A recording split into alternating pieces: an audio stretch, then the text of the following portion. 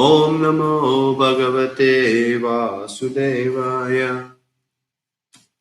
Narayanam Namaskritta Naram Chaiva Narottamam Devim Saraswatim Vyasam Tato Jayamudiriye Nastaprayeshu Bhadreshu Nityam Bhagavata Sevaya Bhagavati Uttama Shloke Bhaktir Bhavati Naishtiki. Hare Krishna. Beg for the blessings of all assembled Vaishnavas, so that we may have a very fruitful discussion today on this most glorious Srimad Bhagavatam, the ripened fruit of all Vedic knowledge. So thank you for this opportunity. So I've been asked today to speak on Canto 4, Chapter 20, text number 24, and the title of the chapter is Lord Vishnu's appearance in the sacrificial arena. So text 24. Nakamayena tatarepiham kachin nayatra yushmas charanambuja sabaha mahattama antara hridayan mukachito vidatsva karna yutam eshame varaha. Not, kamaye, do I desire, nata, O Master, tat, that, api, even, aham, I, kvachit, at any time, na, not, yatra, where, yasmat, your, charana umbuja, of the lotus feet, asava, the nectarian beverage, mahattama, of the great devotees, anta hridayat, from the core of the heart, mukha, from the mouths, chuta, from being delivered, vidatsva, give, karna, ears, ayutam, 1,000,000, esha, this, may, my, varaha, benediction. Translation and purport by His Divine Grace, A.C. Bhaktivedanta Swami Srila Prabhupada. Srila Prabhupada ki jai. My dear Lord, I therefore do not wish to have the benediction of merging into your existence, a benediction in which there is no existence of the nectarian beverage of your lotus feet.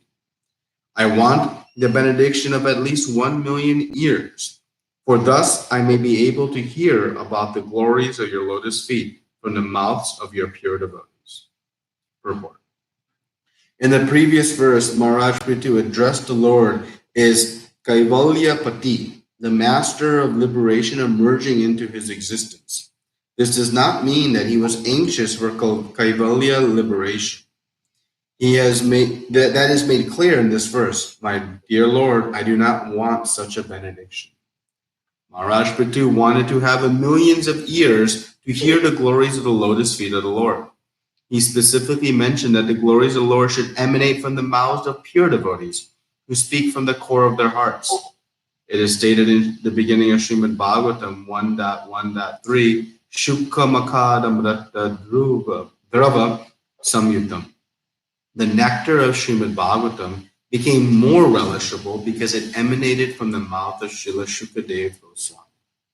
One might think that these glories of the Lord can be heard from anywhere, from the mouths of either devotees or non-devotees.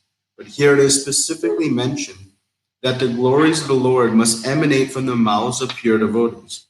Sri Sanatana Goswami has strictly prohibited hearing from the mouth of a non-devotee. There are many professional reciters of Srimad Bhagavatam who speak the narrations very ornamentally, but a pure devotee does not like to hear from them, because such glorification of the Lord is simply a vibration of material sound. But when heard from the mouth of a pure devotee, glorification of the Lord is immediately effective. The word satam prasanga mama virya samvida, Bhagavatam 3:25-25, mean that glorification of the Lord is potent when uttered from the mouth of a pure devotee. The Lord has innumerable devotees all over the universe, and they have been glorifying the Lord since time immemorial, for an unlimited time. but still they cannot completely finish enumerating the glories of the Lord. Prithu Maharaj therefore wanted innumerable ears, as Rupa Goswami also desired to have millions of ears and millions of tongues, to chant and hear the glorification of the Lord. In other words, if our ears are always engaged in hearing the glorification of the Lord, there will be no scope for hearing Mayavada philosophy, which is doomed to spiritual progress. Sri Chaitanya Mahaprabhu said that if anyone hears from a Mayavad philosopher preaching about the activities of the Lord, even if it is a description from the Vedic literature, he is ultimately doomed. By hearing such Mayavad philosophy, one cannot come to the destination of spiritual perfection of life. Om Jnana Timirandasya Jnananjana Shalakaya Chakshuru Militam Yena Tasmai Shri Gurave Namaha Shri Chaitanya Manobishtam Stapitam Yena Bhutale Swayam Rupa Kadamayam Darati Swapadantikam Vandeyam Shri Guru Shri Yuta Padakamalam Shri Gurun Vaishnavamstra Shri Rupam Sagradatam Sahagana Raghunatam Vitam Tam Sajivam Sadvaitam Savadutam Paridana Saitam Krishna Chaitanya Devam Shri Radha Krishna Padan Sagana Lalita Shri Vishakhan Vitamstram Hey Krishna Karuna Sindhu Dinabandhu Jagatpate Gopesha Gopika Kanta Radha Kanta Namostate Tapta Kanchana Gaurangi Radhe Vrindavaneshwari Vrishabhanu Sute Devi Pranamami Hari Priye Vanchakalpa Tarubhyascha Kripa Sindhu Bhevacha Patitanam Pavanebhyo Vaishnavebhyo Namo Namaha Namo Vishnu Padaya Krishna Prasthaya Bhutale Srimate Bhakti Vedanta Swami Niti Namine Namaste Saraswate Devi Gaudavani Pracharine Nirvishesha Shunibari Paschacha Deshatarine Jai Shri Krishna Chaitanya Prabhu Nityananda Shri Advaita Gadadara Shri Vasudi Gaura Bhaktivinoda Hare Krishna Krishna Krishna Hare Hare Hare Rama, Rama Rama, Hare Hare.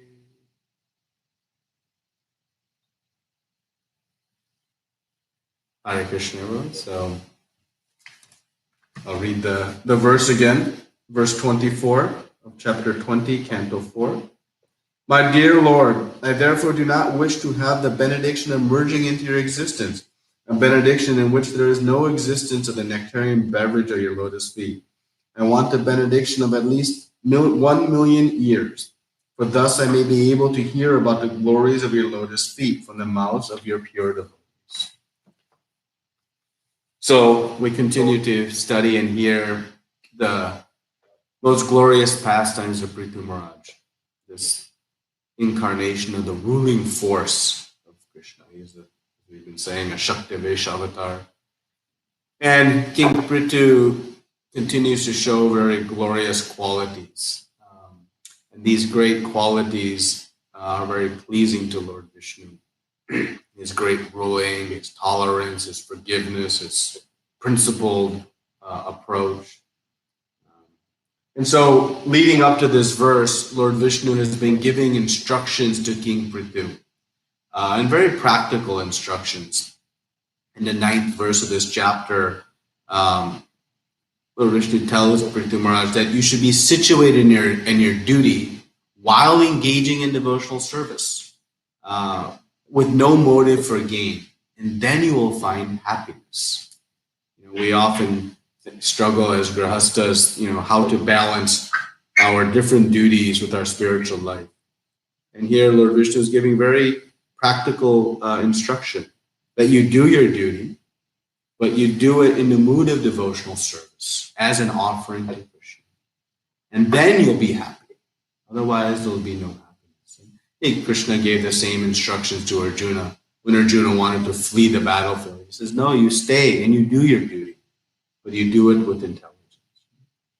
So Lord Vishnu continues to instruct about not being disturbed by the material ups and downs. There's going to be happiness and distress, but don't be disturbed. They're going to happen, but carry on with your duty.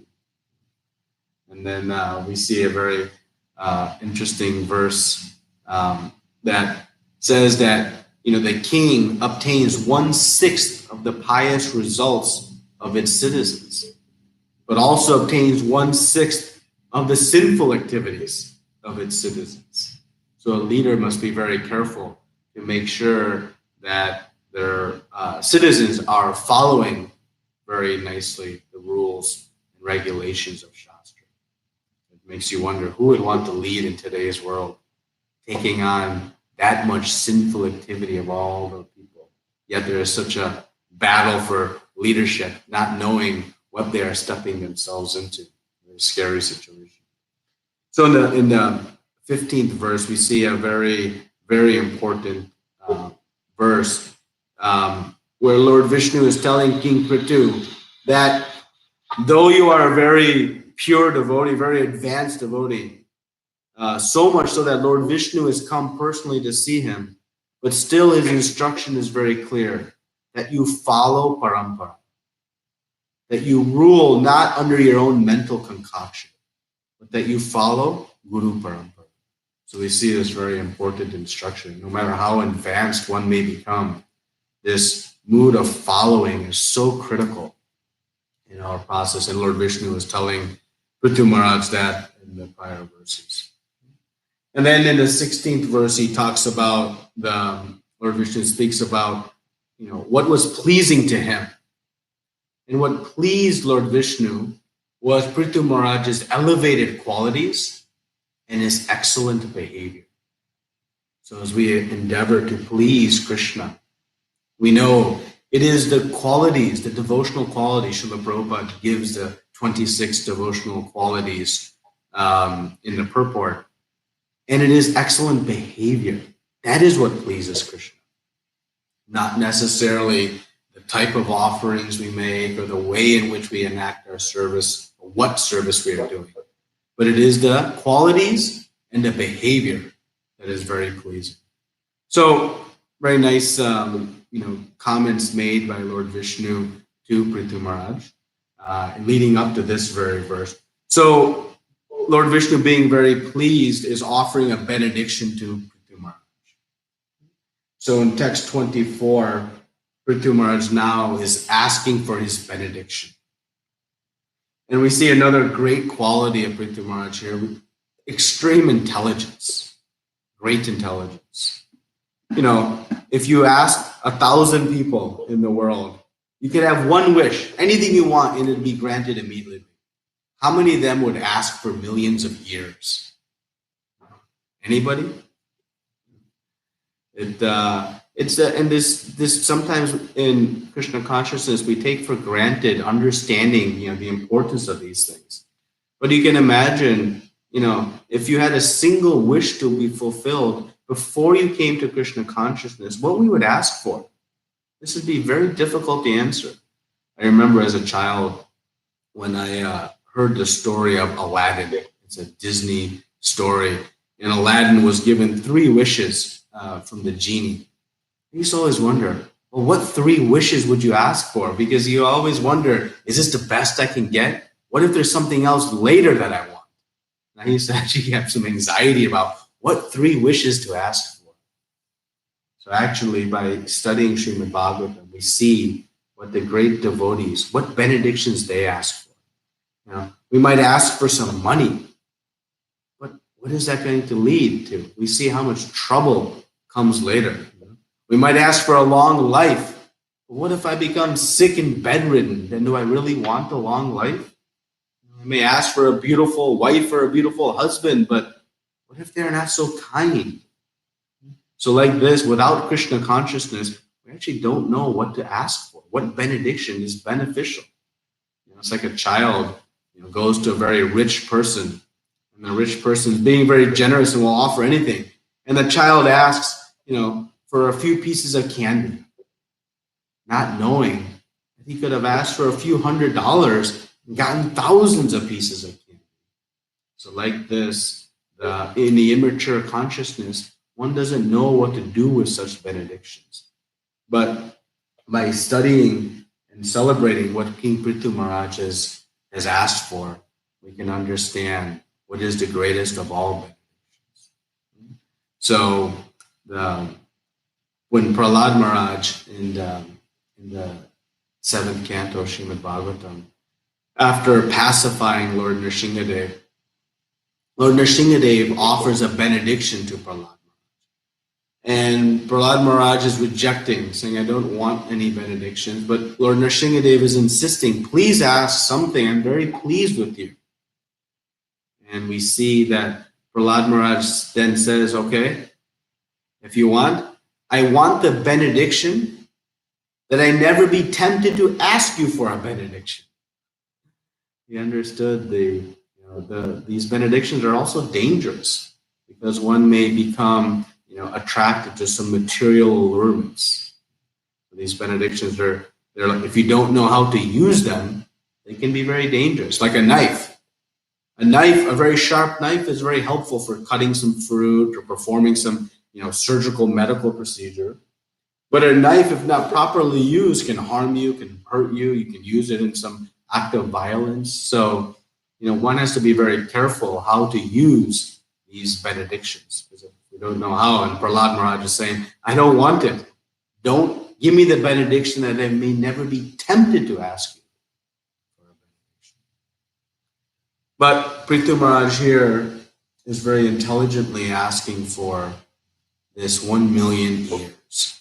You can imagine a body with 1 million ears. Would it be attractive? But Prithu Maharaj is not concerned about his bodily form. His concern is about being able to drink the nectarian beverage of Krishna's lotus feet. So why does Prithu Maharaj want so many ears? We hear, so that he may hear the glories of Krishna from the mouth of pure devotees. He very clearly says that I may be able to hear about the glories of the lotus feet from the mouth of your pure devotees. So he's very specific here in what he wants and why he wants it. So by the mercy of Srila Prabhupada in presenting us all this knowledge and presenting the teachings of Chaitanya Mahaprabhu, we have come to understand that the absolute best thing that we can acquire, the topmost benediction one can have, is Krishna, love of God. Love of Krishna is so sweet and so profound that Rupa Goswami explains in Nectar Devotion that when one achieves these higher stages of bhakti, even the concept of liberation seems very insignificant. He says, moksha laghutakrit.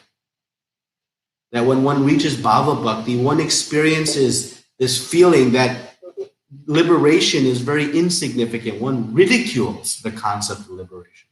Why? Because Krishna prema is so far superior that even the idea of going to the spiritual world feels very insignificant. And not speaking just about this Kaivalya liberation, this merging, but all aspects of liberation feel very insignificant. And that is because the platform of Krishna prema is so high. Just like if you're in an airplane and you're flying over a city with tall buildings, those buildings seem very small because you're from the platform of a tall, from a platform for being up high in the sky. But the buildings themselves from street level seem very, very tall. So like that, when one experiences Krishna prema, the concept of even liberation is very small. So by the mercy of our acharyas, we have come to understand this high platform, the topmost of all happiness. Trillions of times you multiply the happiness of the material world, it doesn't amount to even a drop of happiness from Krishna prema, this incalculably condensed bliss, sandhanana visheshatma. This is what's experienced in Krishna prema. And only then will there be no more hankering. There'll be no more other wishes that you can have, even if you're given 50 other wishes to be fulfilled. Once you've achieved Krishna prema, there is nothing else. No more hankering, no more lamenting. So this is the topmost benediction one can achieve. So Prithu Maharaj understands two things, and we can discuss here about the potency of hearing in helping us reach this platform of Krishna Prema, and then the importance of hearing once one has reached Krishna Prema. The pure devotees relish hearing, and as the sadhakas aspiring to reach Krishna Prema, hearing is so important in our process of devotional service. So in the 9 processes of devotional service, we know the first, Srila Prabhupada says, is most important is this Shravanam, hearing. Because it can bring one to the platform of Krishna Prema. So, and once one reaches Krishna Prema, one wants to hear even more and more and more. So much so that 2 ears are not sufficient. Something that might be hard for us to imagine. How can this be? 2 ears not sufficient? Well, I can use an example that at least I personally can relate to. Sometimes we are eating very nice foodstuffs, nice prasadam, nice gulab jamuns and samosas and pakoras and sweet rice and all of this. And we're eating and eating, and sometimes we wish, boy, I wish I had a second stomach just so I could continue eating. I'm getting full. I'm enjoying this sweet taste so much. So like that, the pure devotees, they're enjoying this sweet taste of Krishna's names and his forms and pastimes and qualities, that 2 ears are not sufficient. They want to hear with many, many ears. And they want to speak with many, many tongues, as we'll discuss here in a few moments. So that is the platform of hearing when one reaches this pure devotional service. But also this process of hearing is critical for us to reach that platform. So both once we arrive, but also in the process of getting there. So we know that Rupa Goswami explains that the essence of all of our sadhana, this practice of sadhana that we do, the essence of it is to always remember Krishna and never forget him. That is the core foundation. Everything we do in bhakti, everything we do in devotional service should be to this platform of remembering Krishna and never forgetting him. So how to always be remembering Krishna? It means we must have some attraction for him. When we have attraction for him, then we'll naturally be remembering Krishna. Right now, we have to sometimes mechanically, push ourselves to remember Krishna. But when there's a natural inclination, a natural attraction, it happens automatically. Just like if I hear about the greatness of how wonderful, the beaches in Hawaii are and how wonderful the weather is, there's an attraction. And if I have the opportunity to go there in a couple of weeks or something like that, then I'll be constantly meditating and thinking and remembering about that aspect, right? Because there's some attraction. So similarly, when we have some attraction for Krishna, it will naturally happen. So where does that attraction come from? It comes when we hear about him. When we hear about his glories, how amazing Krishna is. When we hear about his wonderful qualities, how loving he is, how humorous he is, how sweet he is, and all the wonderful qualities. When we hear about his forms as Laddu Gopal, and as his youthful boy, and as he grows, these different forms of Krishna. When we hear about his name, so this hearing leads to attraction, and attraction leads to remembering Krishna constantly. So this is the process of how it makes it very, very favorable for the development of our Krishna consciousness. So the intensity of our desire to hear is one measure of our progress in devotional service. How eager am I to hear about the Lord and his pastimes? So this is a very potent and important measure of our progress. Very practical for us. Sometimes we wonder, am I making progress? Am I moving forward? Well, we can measure this by the intensity of my desire to hear.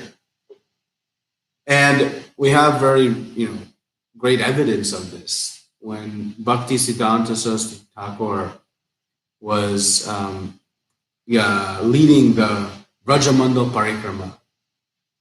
This was back in the 1930s, 1932, I believe, exactly. And the Brajamandal Parikrama was going on, and Srila Prabhupada, at that point, he was not initiated.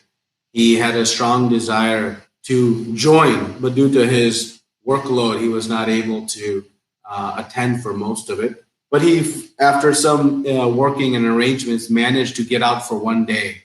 And so he went to the campsite where all the devotees had been gathered. And then he reached by evening.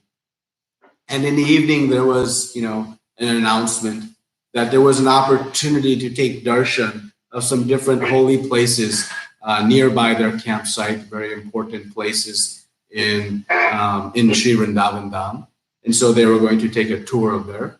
But those who were maybe feeling tired or wanted to stay back, there was going to be a class given by Bhakti Siddhanta Saraswati Thakur.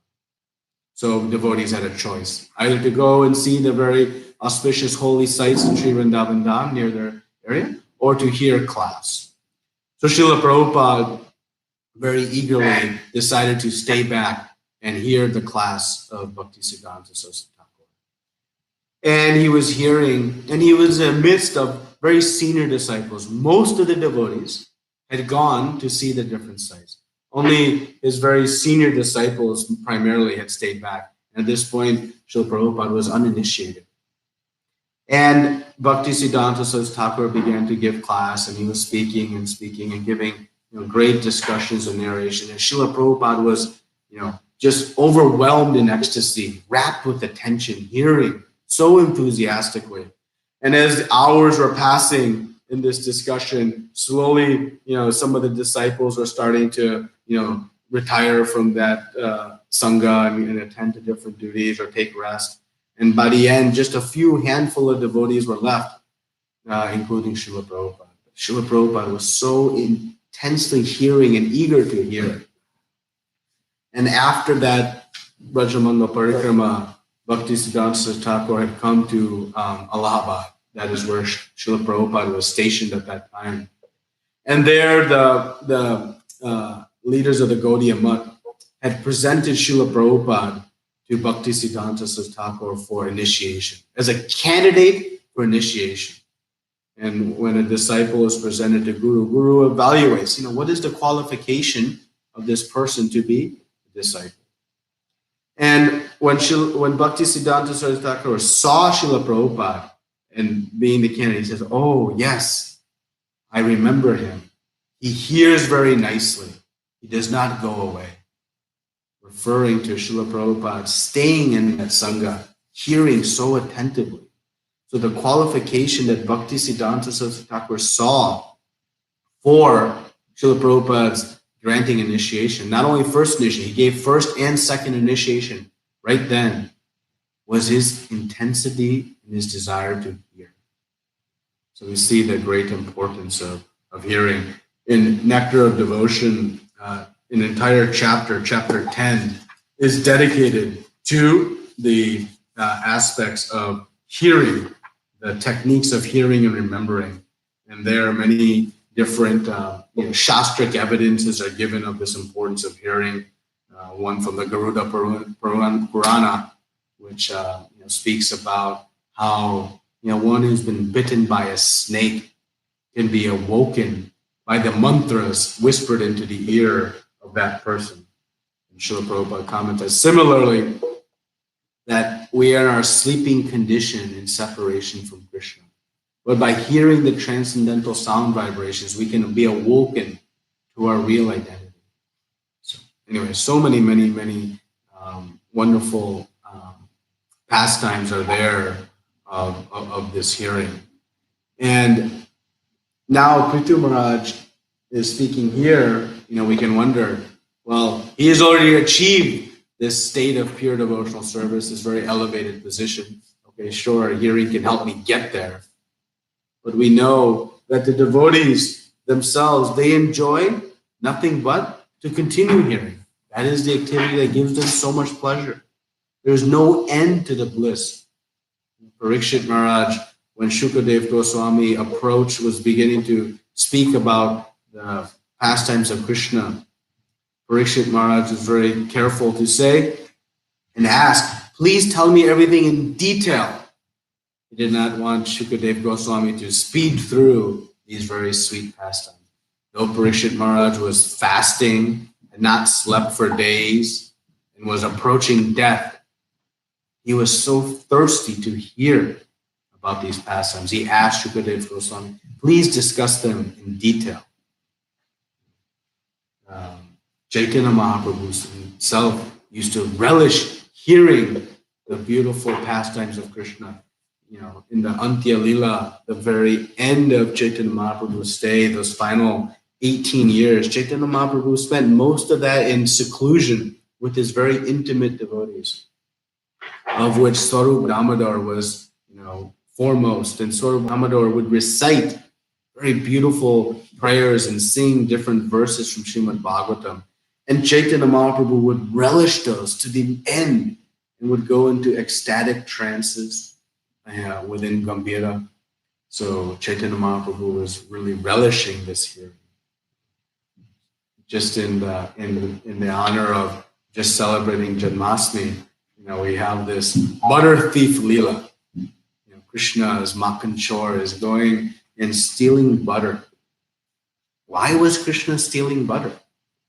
He is the source of everything. You steal something if you don't have something that you want. But what is it that Krishna could want that he doesn't have? He has everything. So why he was stealing the butter? He was stealing the butter, our acharyas explained, to give pleasure to the devotees. The elderly gopis, they love to speak about and to hear how Krishna's mischievous activities were taking place in their homes. They love just to get together and discuss with Mother Yashoda how naughty and mischievous Krishna was in stealing butter, and how he would take a pointed stick and poke a hole in the bottom of the pot and just open his mouth as it dripped in, or how he would pinch the babies and their mothers would go to attend to them, and then he would steal the butter. They were enjoying hearing about these glorious activities. That is why Krishna went and performed these pastimes.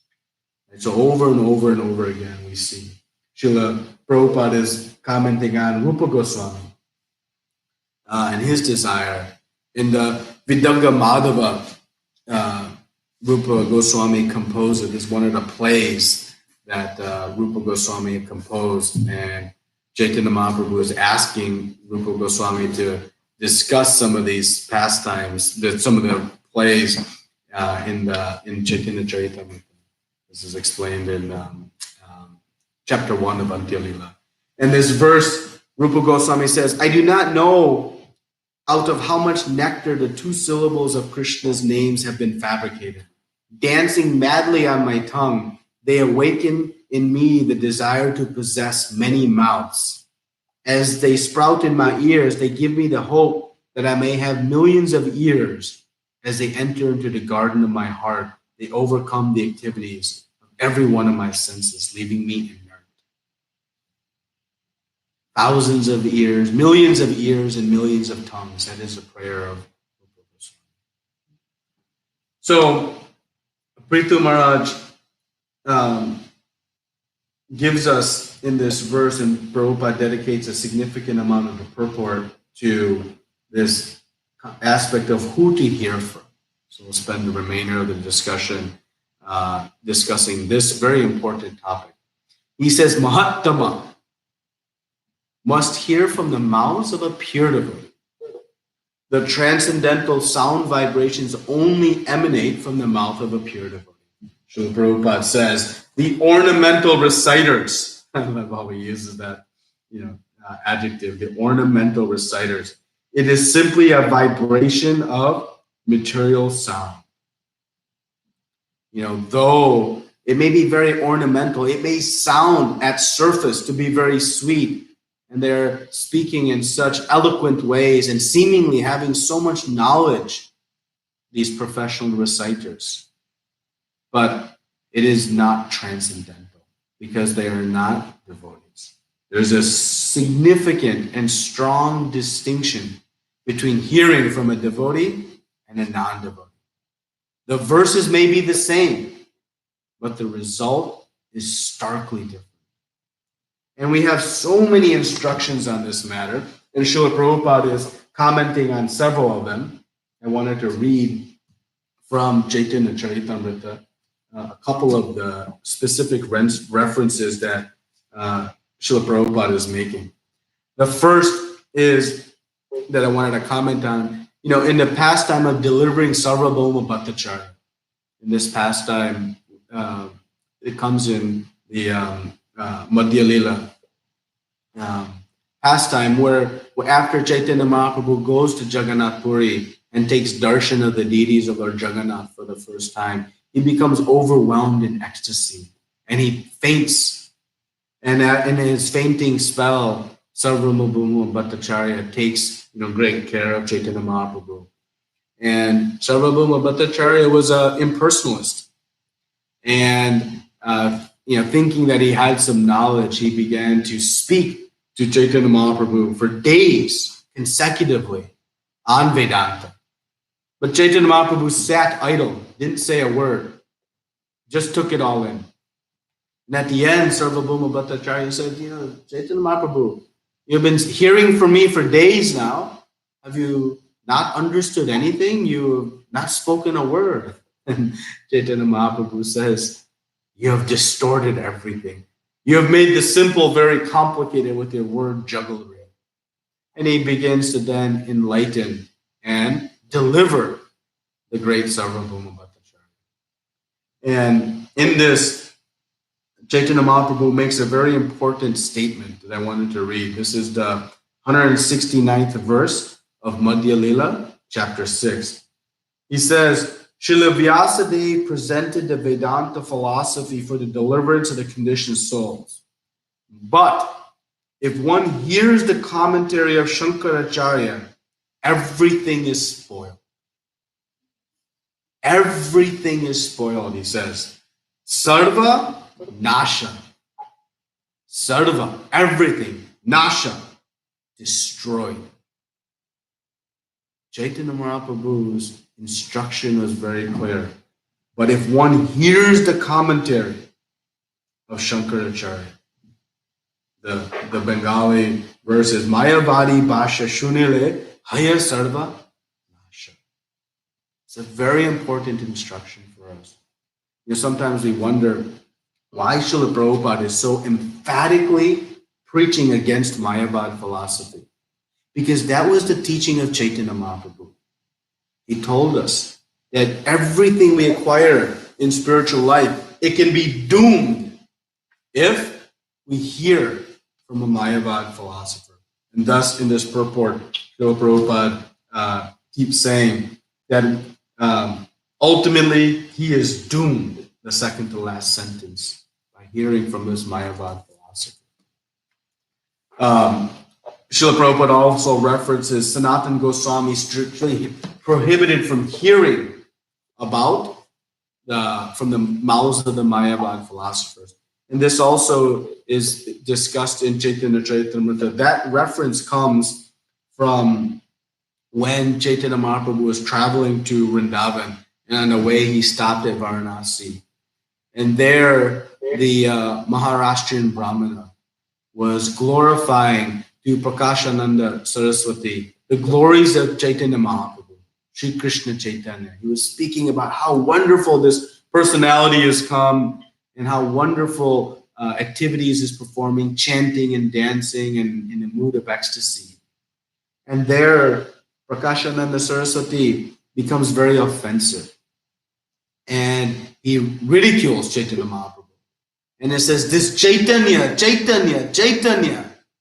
he is a magician. He is just fooling people. He has fooled our Sarvabhauma Bhattacharya, coming from our Sampradaya. He has brainwashed him, just as the people were convinced Srila Prabhupada was brainwashing people. Like this, Chaitanya Mahaprabhu was being convinced of this. So this Brahmana was very disturbed by this offensive attitude, and he quickly ran away chanting. Krishnadas Kaviraj Goswami says that in this verse, when the Brahmana heard Prakashananda Saraswati speak like this about Chaitanya Mahaprabhu, he became very much grief-stricken. Chanting the holy name of Krishna, he immediately left.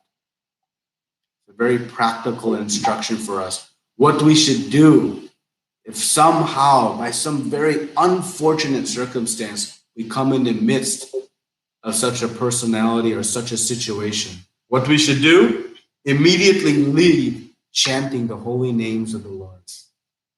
So this Brahmana was asking Chaitanya Mahaprabhu why he couldn't even say your name, Krishna Chaitanya. He could only say Chaitanya, Chaitanya, Chaitanya. Why he could not utter the word Krishna Chaitanya? The Maharashtrian Brahmana was bewildered. So Chaitanya Mahaprabhu answers this question in verse 130. He says, because they are offenders unto Krishna, the Supreme Personality of Godhead, who is identical with his holy name, the holy name Krishna does not manifest in their mouths. Because they are offenders, it does not manifest in their mouth. So Chaitanya Mahaprabhu gives us great instruction here that we should avoid the association of Mayavad philosophers. Hearing from them is very, very dangerous. In the Mahaprakash Lila, all the devotees were being delivered, given the benedictions they were desiring. Krishna Prema, the desire to chant, purity of heart, all these things were being granted by Chaitanya Mahaprabhu. But one devotee was not called into the company of Chaitanya Mahaprabhu. Who was that? Mukunda. Mukunda was not allowed to come. And when the devotees went to Chaitanya Mahaprabhu and said, please ask him why. He said, no, he's not, I will not see him. They were perplexed. Very dear singer for Chaitanya Mahaprabhu was not being given the audience and the blessings that all the other devotees had received. And they inquired, what he has done? Your great, most dear devotee, what he has done? He said, this Mukunda, on one hand, is very enthusiastically and very humbly with straw in mouth, chanting and serving me and relishing with me. But on the other hand, he goes and he hears from these Mayavadis. And he goes and associates with them, giving them audience and being nice to them. I cannot tolerate that. And Chaitanya Mahaprabhu made this statement unequivocally. You can see, most dear devotee, of course, this is of lila, of pastime, to instruct us on the great importance of being very careful who we hear from. Mukunda was finally told after some back and forth that he would have audience of Krishna Chaitanya Mahaprabhu in millions of lifetimes, and that put him into ecstasy. The devotees were shocked. We are getting it now. You have to wait millions of lifetimes and you're ecstatic?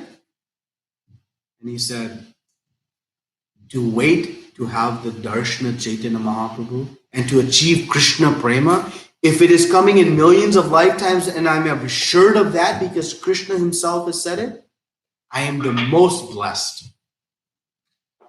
He was willing to wait even millions of lifetimes. Sometimes we wonder, I'm chanting, but tears are not flowing from my eyes. Why this is not working? See the mood of Mukunda. Very, very enthusiastic. Throughout Chaitanya Charitamrita and Gaura Lila, we see this extreme position, I shouldn't say extreme position, extreme warning to all of us to not become doomed in our devotional life. Be careful. Even Advaitacharya, when Advaitacharya was seeking, he was becoming frustrated that Chaitanya Mahaprabhu was constantly glorifying him and rendering service to him and grabbing his feet and all of these things. Advaitacharya became adamant. No, I will show that Chaitanya Mahaprabhu is my superior. I will show everybody. And so what he did, he went to Shantipur, he sat on the Vyasasana and began to speak this Yoga Vashishta philosophy.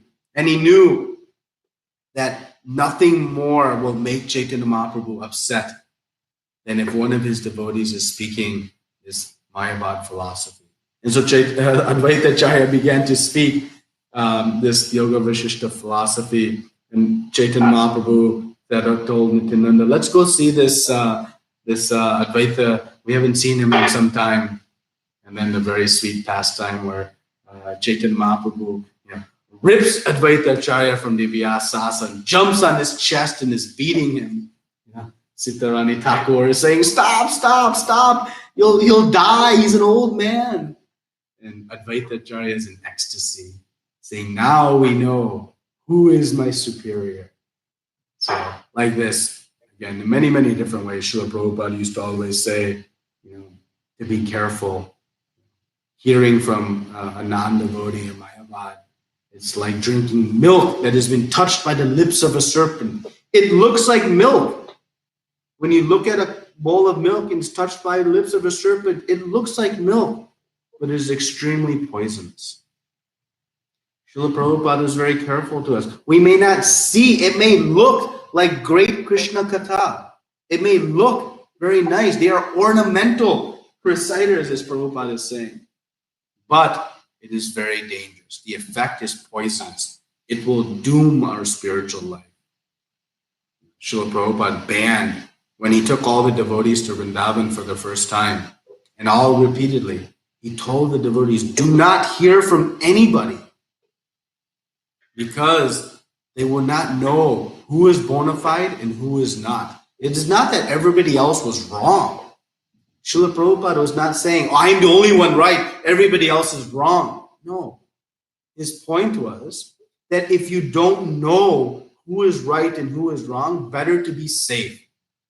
And better to then only hear from Srila Prabhupada. Just like if you take your child into a public place, you tell your child, don't talk to anybody. You're not saying that every single person in that public place is bad. But because you are unable to know who is good and who is bad in this public place, out of caution, out of safety, we say, don't speak to anybody. It is not disrespectful to everybody, but it is out of caution. So like that, Srila Prabhupada is saying, don't hear from anybody, because we in our childlike state don't know what is pure and what is impure. It looks like milk, but we don't know if it has been touched by the lips of a serpent. So this philosophy coming from the lips of an atheist, from one who has envy of Krishna, these Mayavad philosophers, the non-devotees, is very, very dangerous. So we should be very cautious. And Srila Prabhupada is warning us in this purport that we should be very, very careful. But we also see the flip side, which is how powerful hearing from the lips of a pure devotee is. And Srila Prabhupada is a living example. He could go anywhere, and in moments, he could uplift that consciousness. I was just hearing yesterday in Srila Prabhupada's Vyas Puja celebration, the very wonderful pastime of how Srila Prabhupada, in just 3 days, was able to speak to one Russian citizen on his first and only trip to Russia. He went, and for 3 days he instructed this devotee. Was not yet a devotee, but became a devotee. And from that one seed, now look at what is happening in Russia. It is the most prolific expansion of Chaitanya Mahaprabhu's mission is happening on the Russia subcontinent. At that time, it was unthinkable that Krishna consciousness could spread in such a suppressed and oppressive state of communist rule. And now it is expanding faster than anywhere in the world by the mouth of a pure devotee.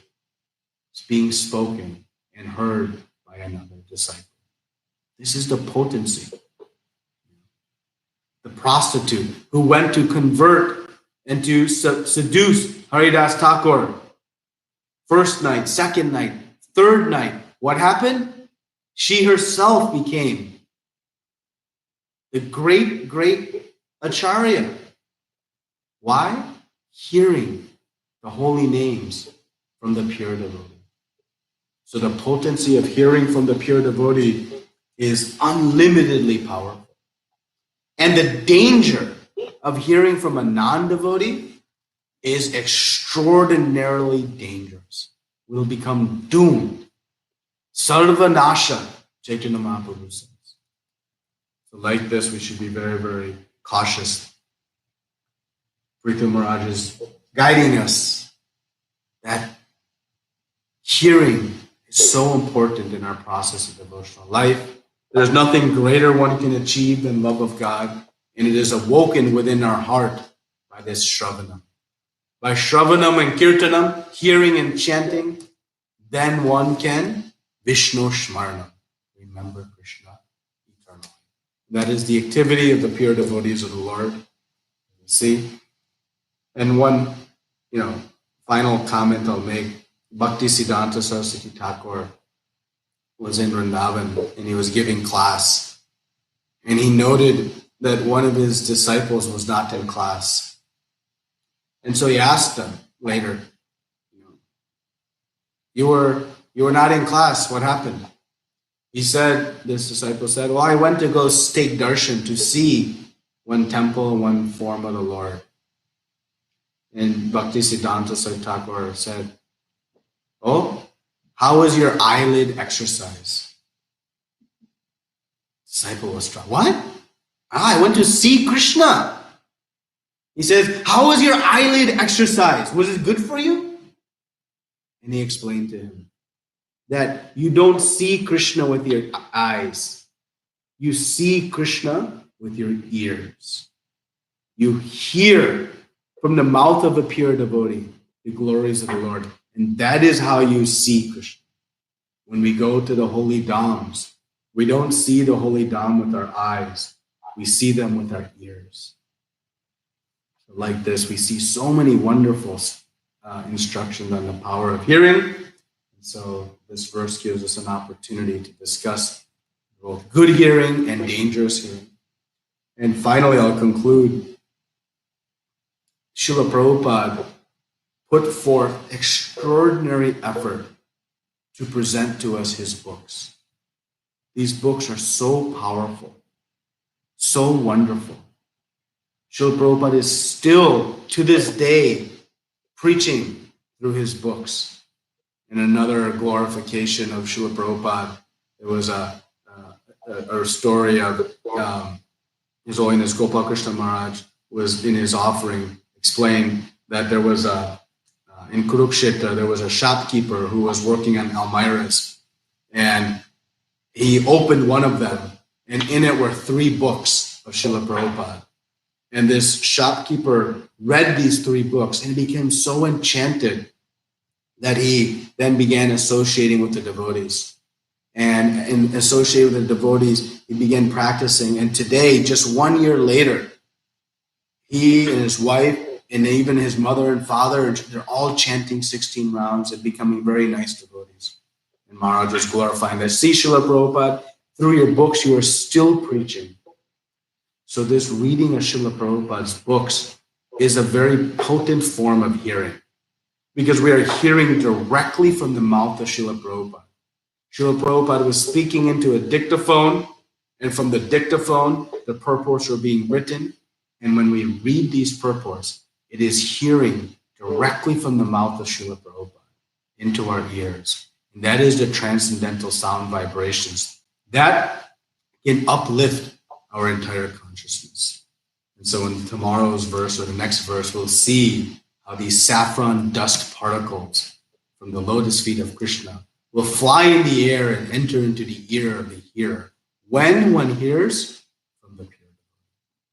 So, thank you very much for this opportunity to discuss this most glorious topic of hearing. We can pray following in the footsteps of Prithvi Maharaj, says someday we may be also eager to obtain millions of years because we are so thirsty and eager to hear the glories of Krishna's names, forms, pastimes, and qualities. Srila Prabhupada ki jai, Grahantaraj Srimad Bhagavatam ki jai, Anantakoti Vaishnavinda. Hare Krishna, everyone. Any corrections, comments, clarifications, questions?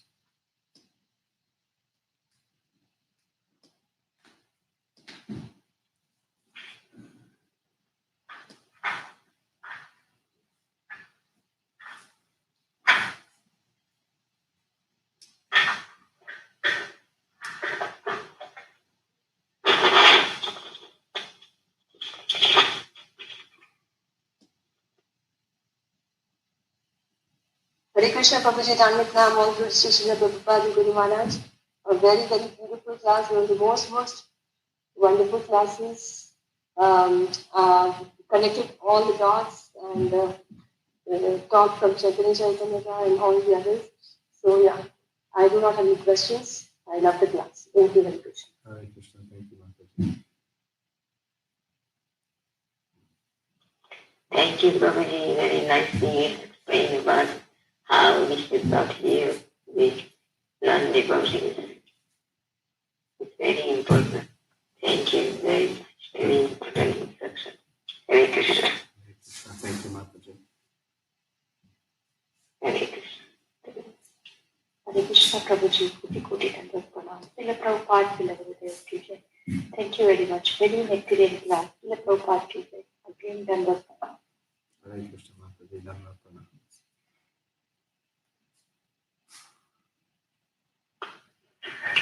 Hare Krishna Prabhuji, this is Nayam Prabhuji. Prabhuji, one question I have is, basically, Prithvi Maharaj is an avatar of Vishnu, and it's talking to Vishnu. So, and now we are saying, I need thousands of ears to hear about his glories. So in turn, is he praising himself, or how do I understand that? No, he's not praising himself. So first, Prithvi Maharaj is a Shaktavesha avatar. So he is an empowered Jiva Tattva. He is not a Vishnu Tattva avatar.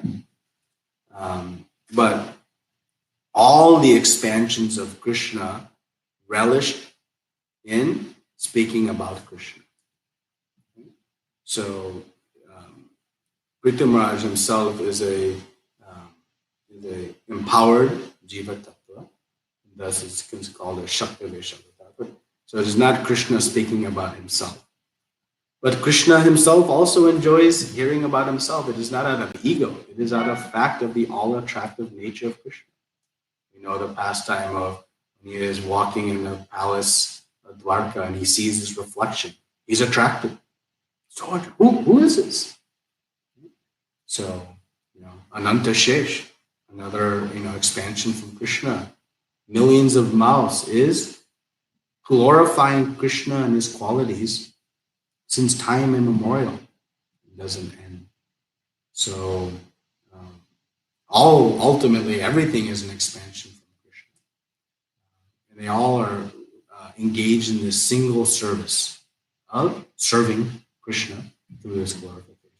So it is not to be understood in the context of he is glorifying himself in this way. Is that okay? Yes, Prabhu, thank you.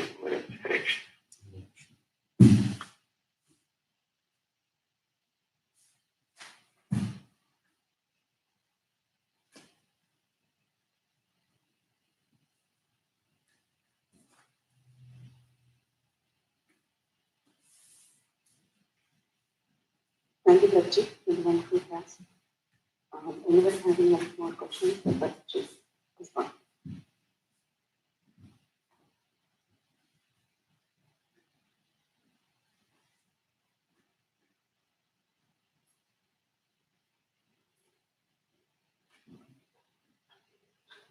So if there are no more questions or comments for Prabhuji, I think we can end the call here.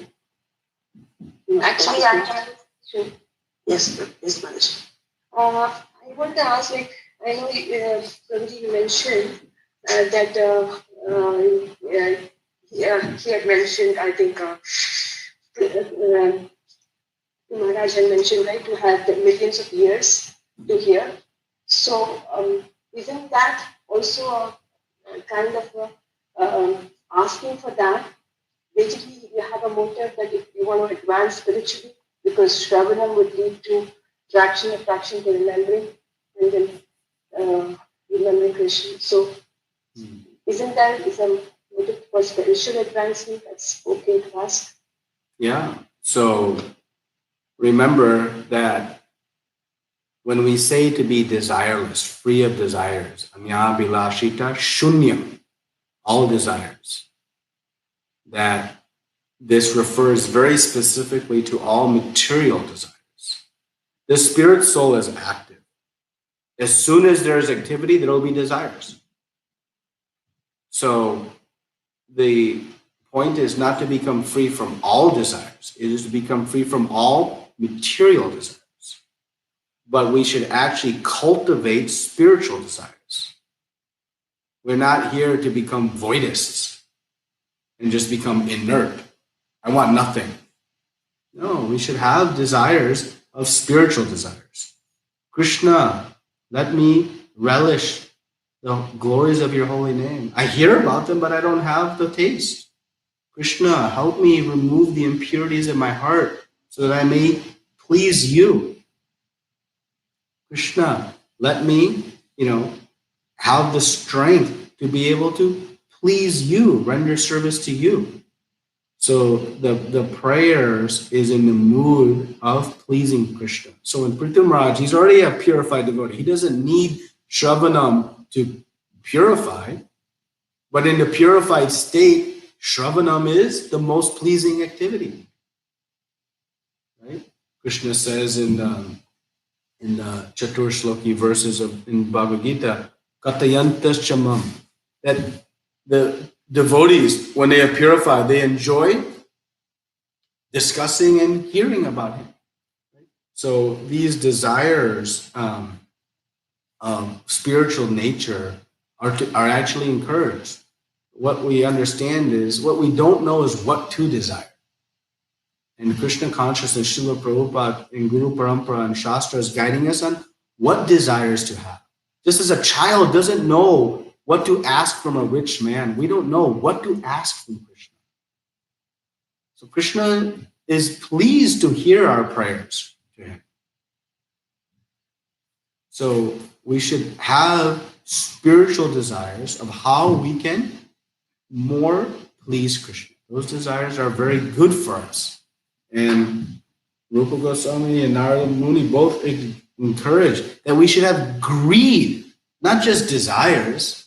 Oh, this would be nice. But we should be greedy for him, lolium. So we should have intense desire, not just passive desires. So, but they should be of pure spiritual nature. So, and this is what we learn from Srimad Bhagavatam. When these pure devotees pray, we understand, okay, what are they praying for? What do they want? They know more than me. And then we can learn to pray in their mood. So, is that okay, Mataji? Yeah, Saraswati. Thank you so much. Hare Krishna. Hare Krishna.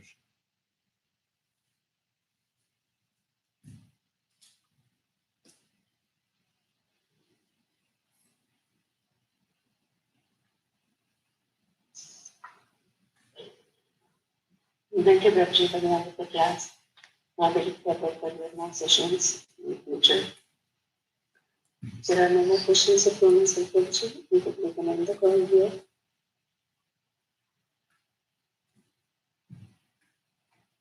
Let's pay our obeisances to Vaishnavas. Kumanchakal Patavyasya, Vasili Devacha, Patitanam Pavanitu Vaishnavi Indukoti Vaishnavi Jai. Srila Prabhupada ki Jai. Rangaraj Srimad Bhagavatam